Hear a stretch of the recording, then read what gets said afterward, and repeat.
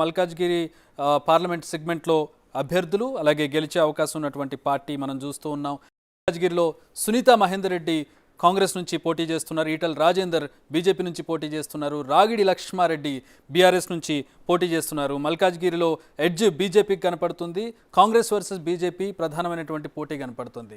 Malkajgiri right. ఇక్కడ కూడా ఏంటంటే ఈటల రాజేందర్కు ఉన్న అడ్వాంటేజ్ ఏంటంటే ఈటల రాజేందర్కు కొంత స్టేచర్ పెద్దగా ఉంది. వీళ్ళతో పోల్చుకున్నప్పుడు సునీతతో పోల్చుకున్నప్పుడు లక్ష్మారెడ్డితో పోల్చుకున్నప్పుడు స్టేచర్ కొంత పెద్దది. ఎందుకంటే మంత్రిగా పనిచేశాడు, 4 సార్లు గెలిచాడు.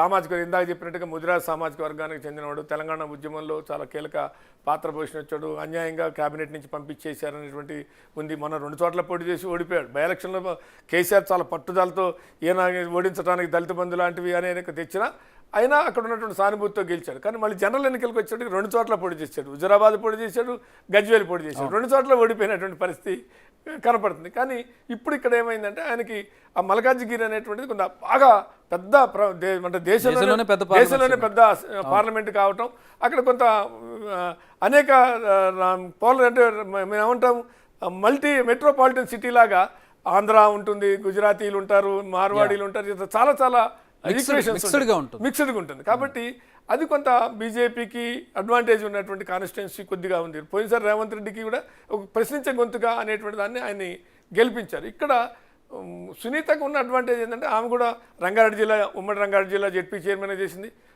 వారి భర్త మహేందర్ రెడ్డి మంత్రిగా పనిచేశాడు. తెలుగుదేశం నుంచి ఉన్నటువంటి సీనియర్ నాయకుడు, కొంత పట్టు ఉన్నటువంటి నాయకుడు, ఆర్థికంగా బలమైనటువంటి నాయకుడు.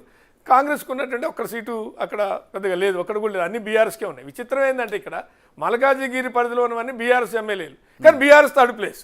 అవును, బీజేపీకి లేదు, కాంగ్రెస్కి కనీసం అధికారం ఉంది, పథకాలు ఉన్నాయి. అవును, ఇక్కడ బీజేపీకి అధికారం లేదు, పథకాలు లేవు, ఏమి లేదు. ఓన్లీ ఈటల రాజేందర్ ఇమేజ్ తప్ప ఇంకేమీ లేని పరిస్థితి.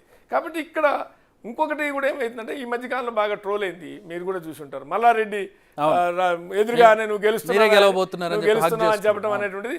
దాని ముఖ్యమంత్రి కూడా వీళ్ళిద్దరి మధ్య మ్యాచ్ ఫిక్సింగ్ కావాలనే బలహీనమైన క్యాండిడేట్ని పెట్టాడు. 5-6 చోట్ల బలహీనమైన క్యాండిడేట్ని పెట్టాడు. వరంగల్ ఒకటి, మల్కాజ్గిరి ఒకటి, ఇట్లాంటి కొన్ని కాన్స్టిట్యున్సీల పేర్లు చెప్పి ఇట్లాంటి చోట్ల కావాలని బలహీనమైన క్యాండిడేట్ని పెట్టాడు. ఇద్దరి మధ్య మ్యాచ్ ఫిక్సింగ్ ఉందా లేదా అది వాళ్ళ కాంగ్రెస్ ముఖ్యమంత్రి చేసిన ఆరోపణ. కానీ ఏమైందంటే మల్లారెడ్డి ఆ మాట మాట్లాడటం, అక్కడ క్యాండిడేట్ చూస్తే కూడా చాలా వీక్గా ఉంటాం.